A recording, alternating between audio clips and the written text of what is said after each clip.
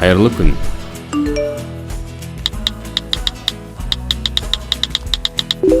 Қош келдіңіз. Қазақ тілін үйретуге дайынбыз. Ендеше бастайық.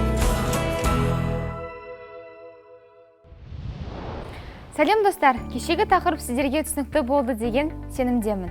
Ендеше бүгінгі тақырыптың атауын атпас бұрын, сіздерге ол жұмбақ күйінде болады. Ол үшін алдымен диалогқа назар аударайық. Алло, сәлем Айбек. Алло, привет Айбек. Сәлем Асқар. Привет Асқар. Кеше мектепке бардың ба? Ты вчера ходил в школу? Жоқ, бармадым. Ал сен ше? Нет, не ходил. А ты? Я бардым. Қазір не істеп жатырсың? Да, я сходил. Что ты сейчас делаешь? Теледидар көріп отырмын. Смотрю телевизор. Ертең қолың бос па? Киноға барайық. Завтра ты свободен? Давай сходим в кино. Жарайды, барсақ барайық. Хорошо, давай сходим. Ал енді назарымызды диалогта кездескен мына бір сөздерге аударайық. Кеше, вчера, қазір, сейчас, ертең, завтра. Как вы думаете, как называется наша сегодняшняя тема? Правильно, сегодняшняя тема называется вақыт, то есть время. Вы хорошо знаете, в любом языке существует 3 вида времени. Біріншісі – прошедшее время, өткен шақ. Екіншісі – настоящее время, осы шақ. Және үшіншісі – будущее время, келер шақ. Ендеше тақырып түсінікті болу үшін алдымен мысалға назар аударайық. Бірінші, өткен шақта мен ойнадым. Я играла. Келесі, осы шақта, яғни настоящее время. Мен ойнап отырмын. Я играю. Және келер шақта, то есть будущее время. Мен ойнаймын. Я буду играть. Сіздер түсінді деген ойдамын. Ендеше тағы да бір қайталап өтейік. Яғни, өткен шақта мен ойнадым.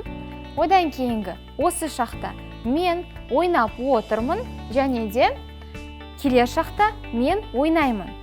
Енді сіздер де бір сөзді 3 шаққа қойып көріңіздер. Мәселен, бару деген. Яғни, мен барамын, мен бара жатырмын, және мен бардым. Уақытты айтудың тағы да бір жолы бар. Ол істеулер арқылы. Мысалы, таңертең, күндіз, кешке, кешкісін, түнде, алдыңғы күні, бүгін, ертең, бүрсі күні. Сонымен қатар, сирек, редко, бір күні, однажды, әдетте, обычно, жиі, часто, кейде, иногда, анда-санда, иногда, ылғи, регулярно, жақында, скоро. Ал енді тапсырма орындайық. Берілген сөйлемдерді қазақ тіліне аударыңыз.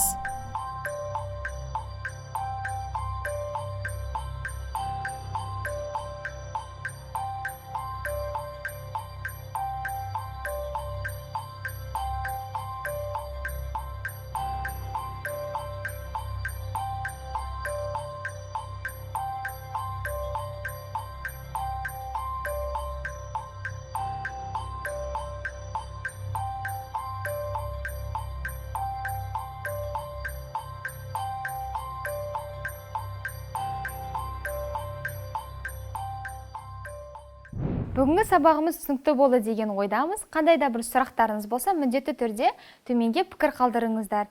Келесі кездескенше сау саламатта болыңыздар.